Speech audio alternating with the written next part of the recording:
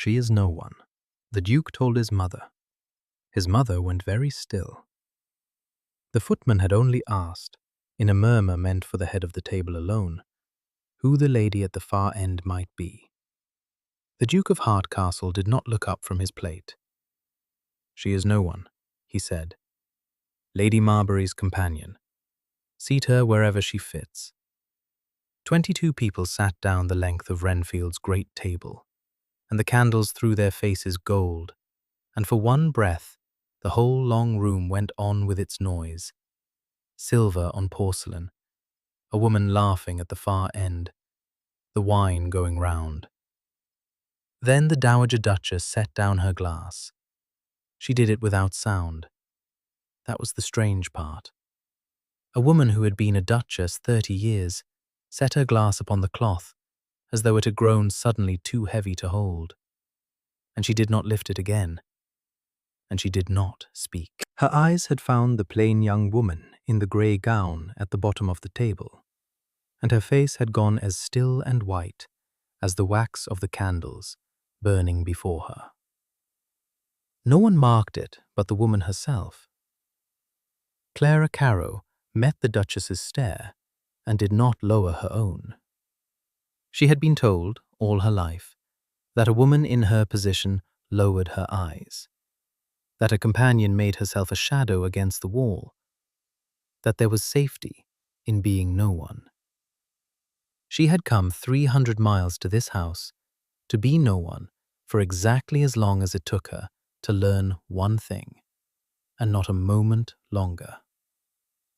She had come to look at the man who lived in her father's house. He was younger than she had imagined, and harder. There was a thin, pale scar that broke his left brow in two, an old thing, faded silver, and his eyes were the dark brown of wet bark, and he ate his dinner without joy and without haste, like a man performing a duty he had performed 10,000 times. He had called her no one without lifting his gaze. She found she could forgive him that more easily than she had expected. He did not know what she was. His mother knew. His mother had set down her glass. That was the thing Clara had come to learn, and she had learned it in the space of a single sentence. The Duchess of Hartcastle knew exactly who sat at the bottom of her table, and the knowledge had frightened her. Good, Clara thought, and lifted her own glass and drank. She had not slept. Past 2 o'clock she gave up the pretense of it, took the candle and the small rosewood box that travelled everywhere she travelled, and went down to the library, because Lady Marbury snored and because the box would not let her be. It was a music box, no larger than 2 cupped hands, the wood worn pale at the corners where thumbs had held it for 25 years. When she turned the little brass key, it played a slow Scottish air, 3 turns and then a 4th that always stuck, and her mother had wound it every night of the bad years, until the bad years killed her.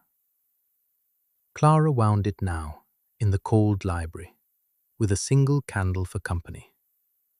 Because a person can be very brave at a dinner table and still need, at 2 in the morning, to hear a tune her mother loved. That is a Carrow tune. She did not start. She had heard the door. She turned the box face down in her lap, unhurried, and looked at the Duke of Hartcastle, standing in his own library, in his shirt sleeves, with a branch of candles in his hand. "I would not know, Your Grace," she said. "I had it of my mother."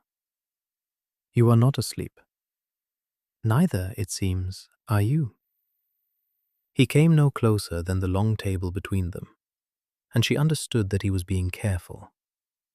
That a man of his rank found alone with an unknown woman at 2 in the morning had as much to lose by it as she did, and rather more wit to know so. He set his candles down.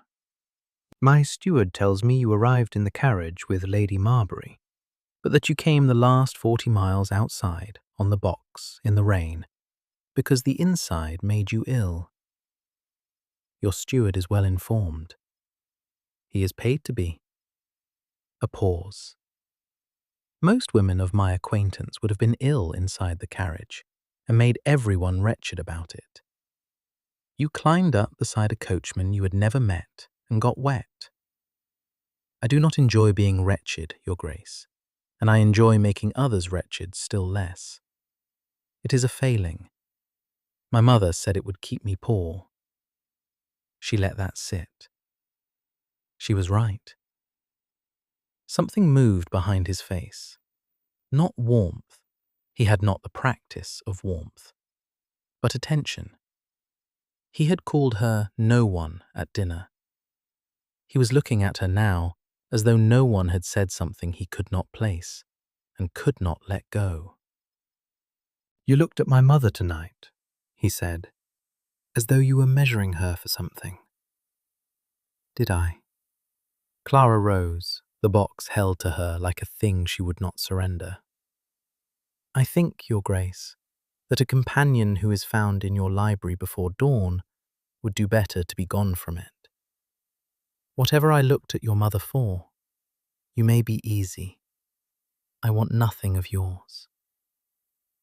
It was the truest lie she had ever told, and she carried it out of the room with the candle and the music, and she did not let herself run until she had reached the stair.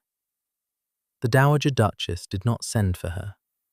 She came herself the next afternoon to the cold, small room they had given the companion, and shut the door with her own hand, which a duchess never did. "You have your father's eyes," she said.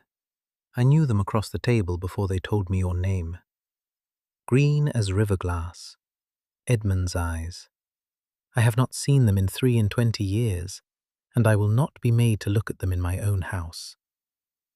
So there it was, spoken, in the open at last. And Clara felt the floor of her life tilt and then hold. "It is not your house," she said quietly. "It is Renfield. It was my father's. He was your brother, and he was the elder, and it should have come to him. And it came to your son. And I have always wondered how a thing like that is done." "It is done," said the Duchess, "by a woman who has buried one fortune and will not bury her child as well."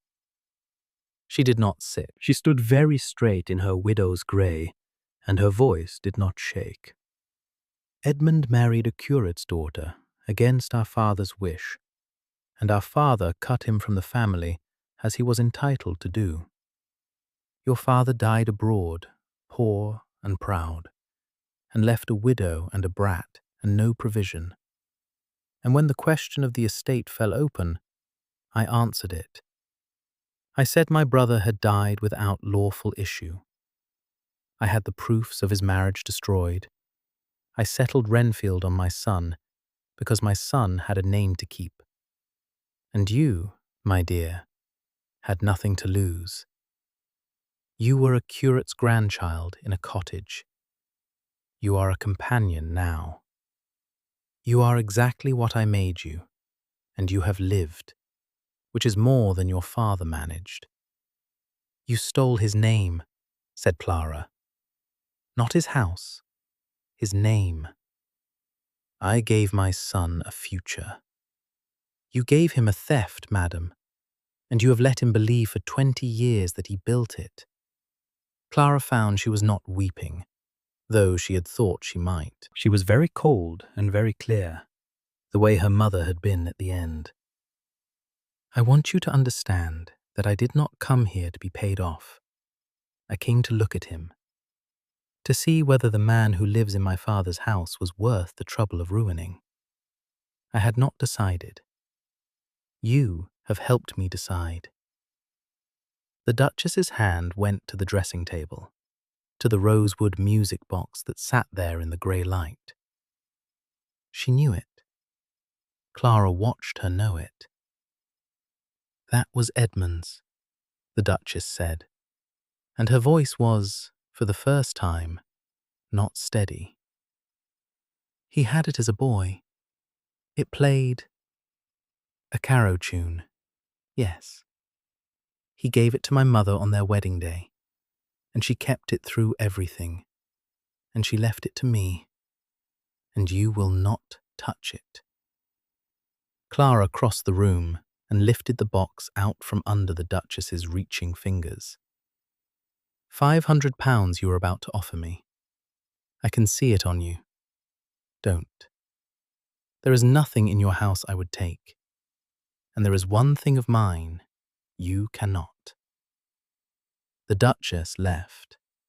She did not offer the £500, but Clara, standing alone with the box pressed to her ribs, understood that she had made an enemy of a woman who had made herself a duchess out of one lie, and would not stop at a second, and that the proofs, hidden in the false floor of the little box, were now the only thing in England that stood between her and being no one forever. She did not sleep on it.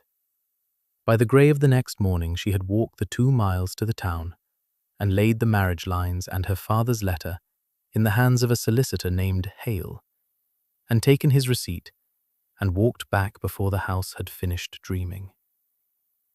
Whatever the Duchess did now, she would do it too late. The Duke found her in the long gallery the following evening, where the dead Carrows hung in their frames and pretended to be Vanes. "My mother is unwell," he said. "She has kept her room 2 days. She was not unwell before you came." He was not accusing. He was a man trying to read a language he had only just discovered he could not speak. "I find I cannot stop thinking about a companion who wants nothing of mine and looks at my mother as though she means to take everything." "Both can be true, Your Grace." "Tell me which." And because she was tired, and because the gallery was full of her own blood hung up in lies, and because he had asked her plainly when no one in this house asked her anything at all, she told him. She told him about Edmund, the elder son, the disgrace, the curate's daughter. She told him about a man dying abroad with his name already taken from him. She told him how an estate falls open and how a clever sister answers the question of the heir, and what the answer had been, and what it had cost. She watched it land on him the way she imagined a sentence lands on a man in a dock, and she did not soften any of it, because softening it would have been a kindness, and he had not earned a kindness yet. "Renfield," he said at last. He had gone the colour of the candles. "I have spent 11 years on Renfield. I drained the South Fields. I rebuilt the mill. I learnt the name of every tenant and every tenant's child. My father gave me nothing but debt and a title, and the certainty that I was less than the sum of them. And I made this place answer for it. This place. I made it clean." "It was never clean," Clara said. "No." He put out a hand and steadied himself on the frame of a man who was her great-uncle. And she saw the moment the Duke of Hartcastle understood that the one good thing he had built with his own hands had been built on a grave. "I climbed that scaffold when I was 12, he said, strangely, touching the scar through his brow. "The day my father brought me here and told me it was ours. I fell. He told me a Vane does not cry over a thing he means to own."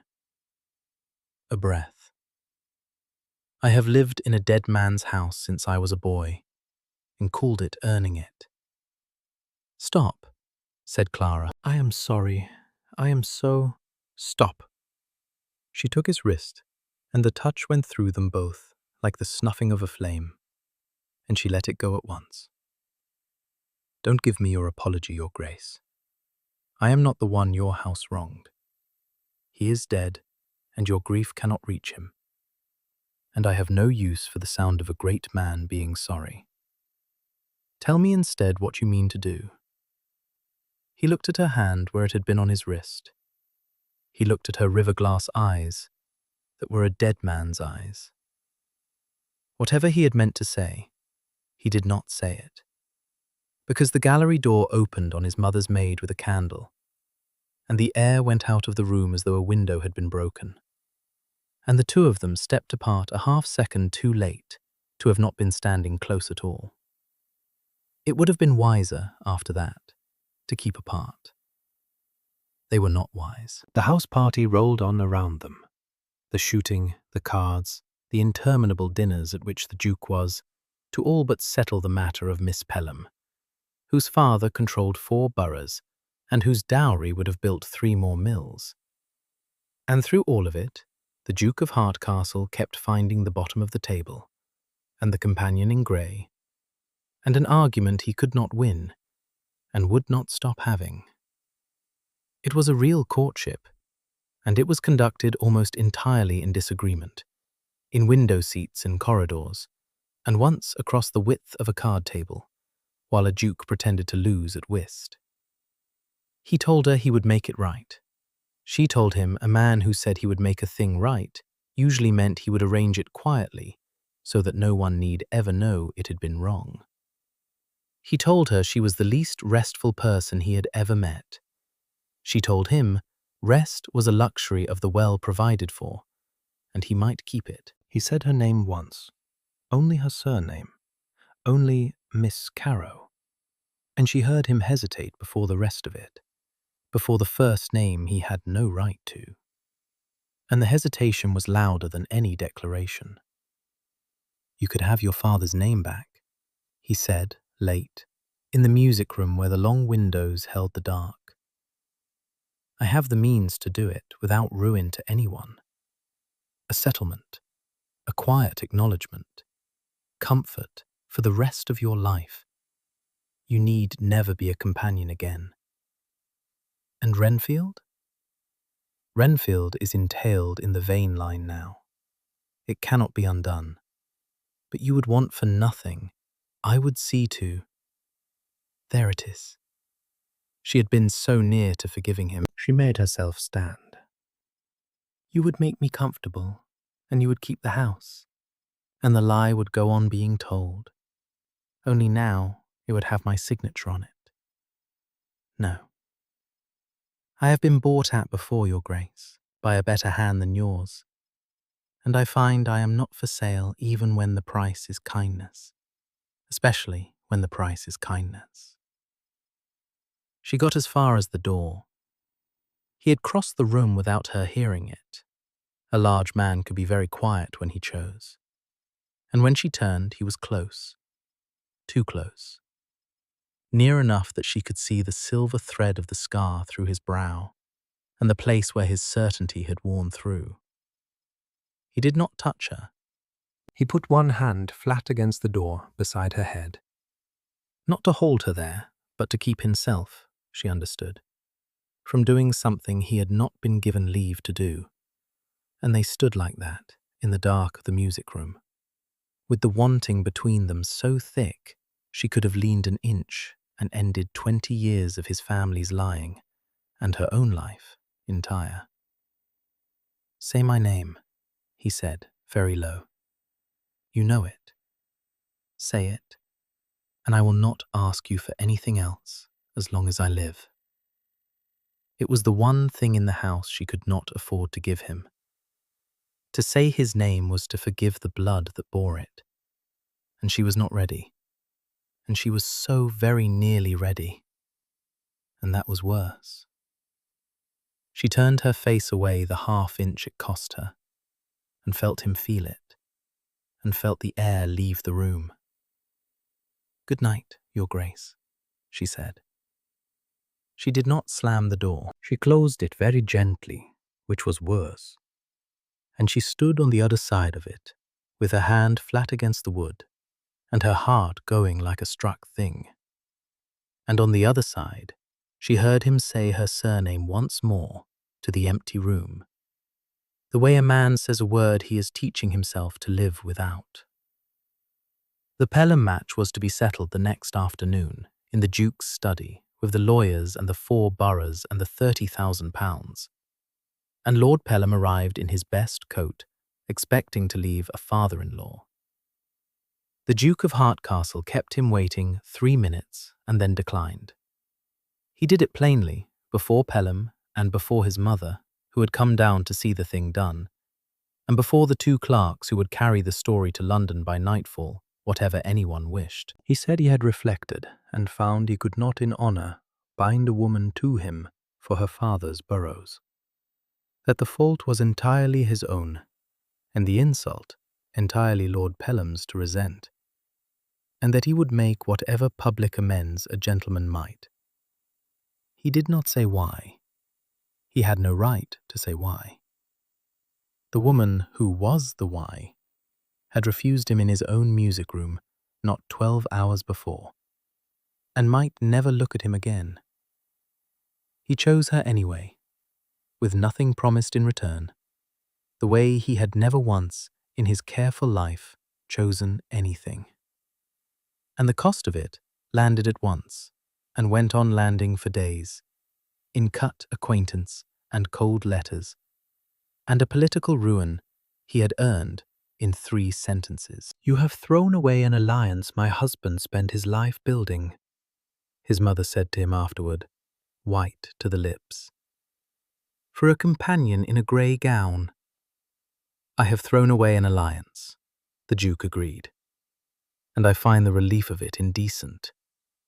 You should try it, madam, choosing a thing. You will not believe how it lightens a man." He should not have said it. He saw, too late, what it woke in her. Not shame, the Dowager Duchess was past shame, but fear. The old cornered fear that had set her glass down at the dinner table a fortnight since. And the woman governed by fear is a woman who will act, and act first, and act without mercy. The thing about a great house is that it has a great many doors, and behind one of them, that same evening, with the party still gathered and the broken match the only subject anyone could speak of, the Dowager Duchess of Hartcastle rose among them, restored and smiling, and made her move. "Before my son speaks," she said, smiling, to the bright, crowded drawing-room, "I must beg the indulgence of clearing a small unpleasantness. A theft, I am sorry to say, beneath this roof. A piece very dear to me, a music box, my late brother's, kept these many years, has been taken from this house by a person admitted to it on charity." Her eyes found Clara by the wall.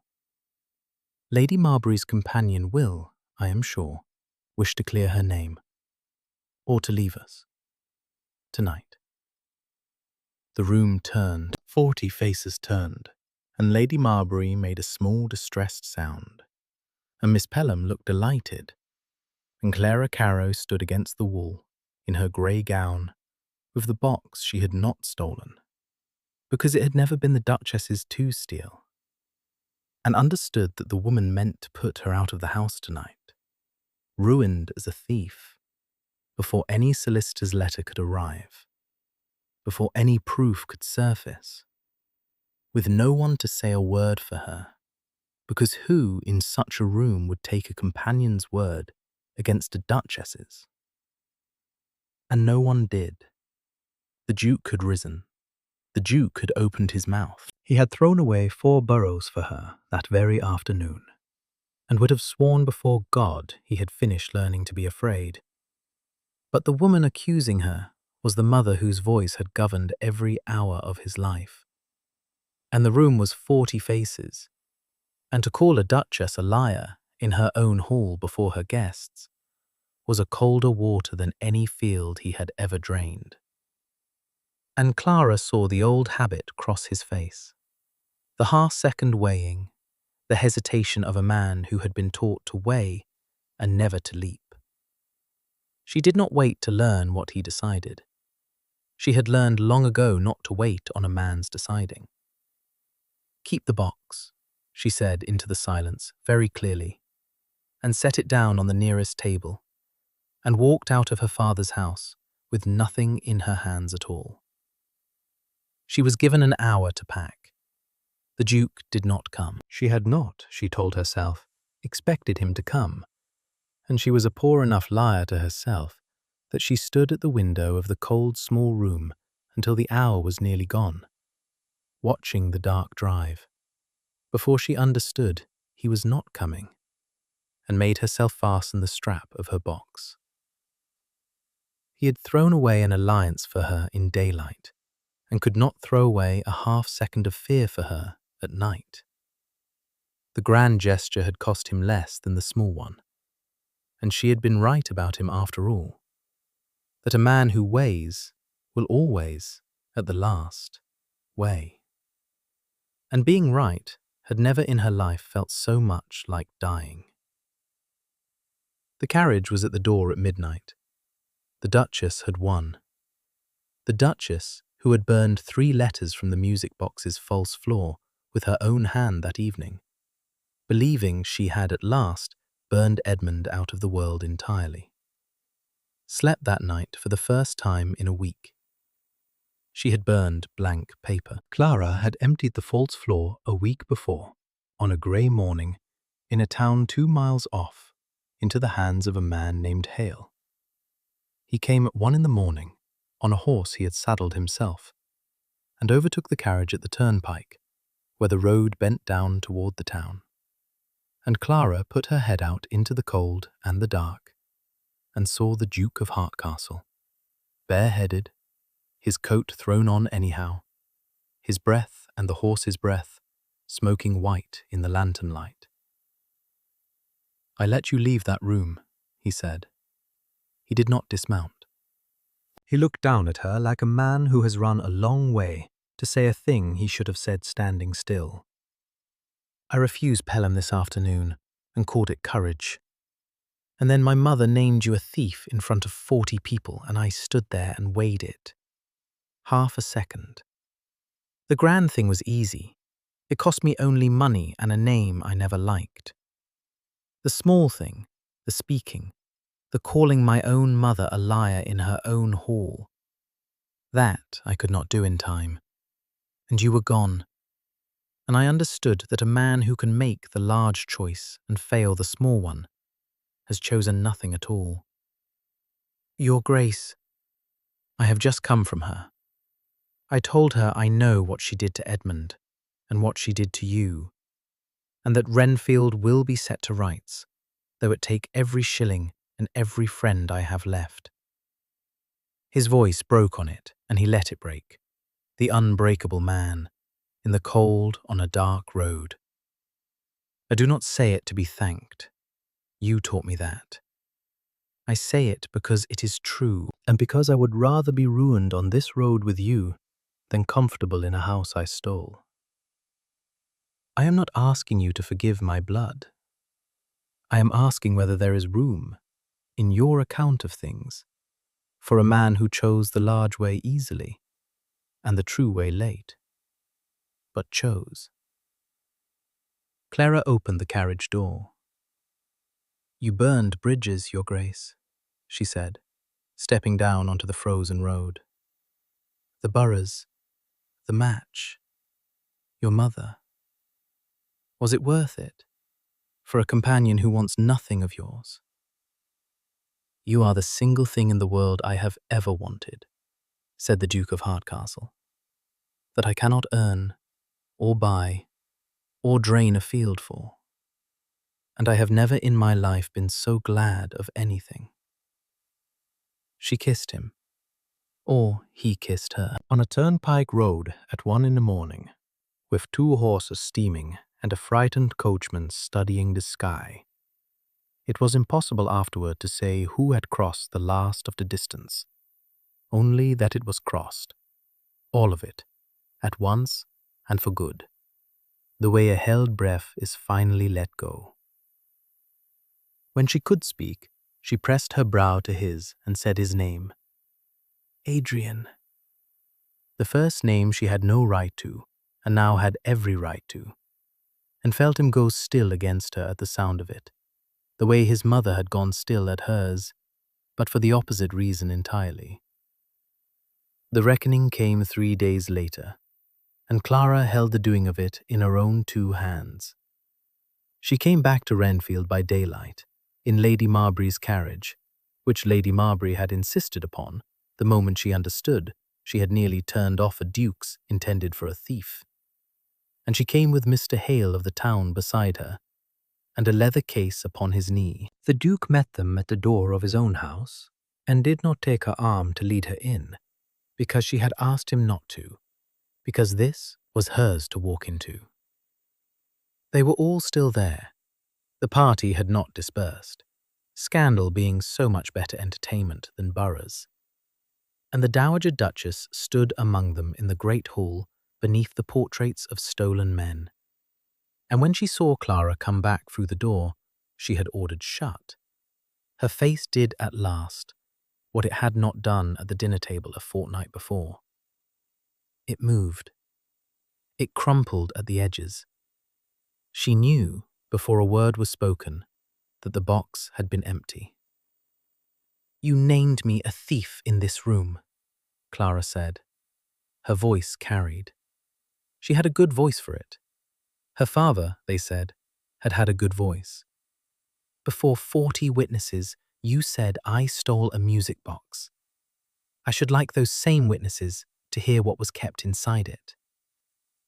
Mr. Hale opened the case. He read the marriage lines first.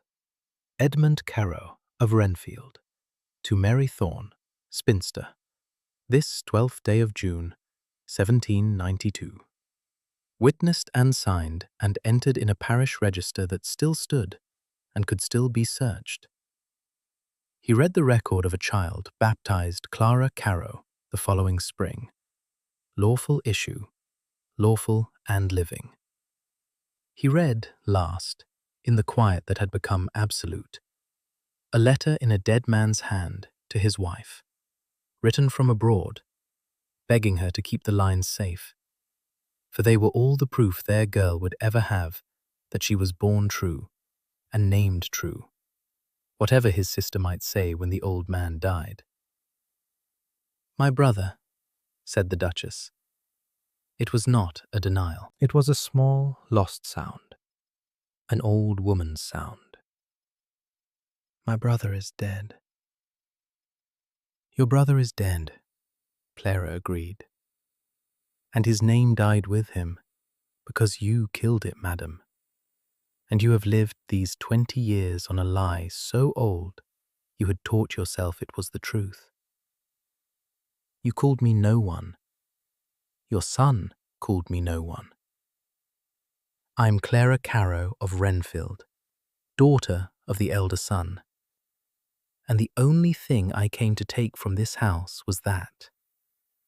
My name, said aloud, in front of the people who were taught to forget it. I have it now. You may keep the house. I find the name was always the only part worth the journey." She had not raised her voice. That was the thing they spoke of after, the 40 who were there. She had said the cruelest true things in the gentlest voice in the world. And the Dowager Duchess of Hartcastle had stood and taken every one of them. And when it was done, the old woman turned without a word and went up the great stair alone, and was not seen below again. The Duke of Hartcastle had watched the whole of it from the foot of those stairs, and had not said a word, because it had not been his to say, and because watching her do it was the proudest he had ever been of anything in a life spent building things to be proud of. He came to her only when it was over. "Mr. Hale tells me Renfield cannot leave the vein line," he said, low for her alone. "But there is no law on this earth that prevents a man settling it, every acre, in trust upon his wife and the children of his body, if she will have him," knowing he chose late. "Late," said Clara, "but he chose." It is a true thing about old houses that they take a long while to forget a sorrow, and no time at all to learn a joy. By the following autumn, the South Terrace at Renfield had a second chair upon it in the mornings, and a Duchess, who had once been a companion, took her coffee there and watched the mist come off the river fields her husband had drained. 11 years before he knew whose they were. They were hers now, in law, every acre held in trust for her, and for the boy who would come in the spring. Mr. Hale was very particular about the wording, and the Duke had signed it gladly. And somewhere in the careful clauses the name Carrow appeared, written into Renfield's deeds at last, where it should have stood for 20 years. The Dowager Duchess lived, and would go on living a long while yet, in the dower house at the far end of the park, where her son visited her once a week, and Clara did not visit her at all, which both women understood to be the only peace available to them, and accepted. She had wanted all her life to keep a fortune from being buried, and she had succeeded. And the cost of her success was a small grey house at the edge of someone else's happiness. And she paid it every day, and that was justice enough. On the table between the two terraced chairs sat the music box, mended now. The Duke had sent it to a man in London, who repaired the catch so that the fourth turn no longer stuck, so that the slow Scottish air ran all the way to its end at last, which it had not done in 25 years. The false floor of it stood empty. There was nothing left to hide. Clara wound it most mornings, not for sorrow now, but only for the tune, and let it play itself out, every note of it, in the clean autumn light. "You used to turn it face down," Adrian said to her once, "the night I found you in the library, as though I might read something in it." "You might have," she said. "There was a marriage hidden in the bottom of it, and a letter, and the only proof in England that I was anyone at all. And now?" She looked at the box, playing its tune to the end with nothing left to keep. "Now it is only a music box," she said, "which is all my mother ever wanted it to be." And she set her hand in his, and the air ran out, and the morning held.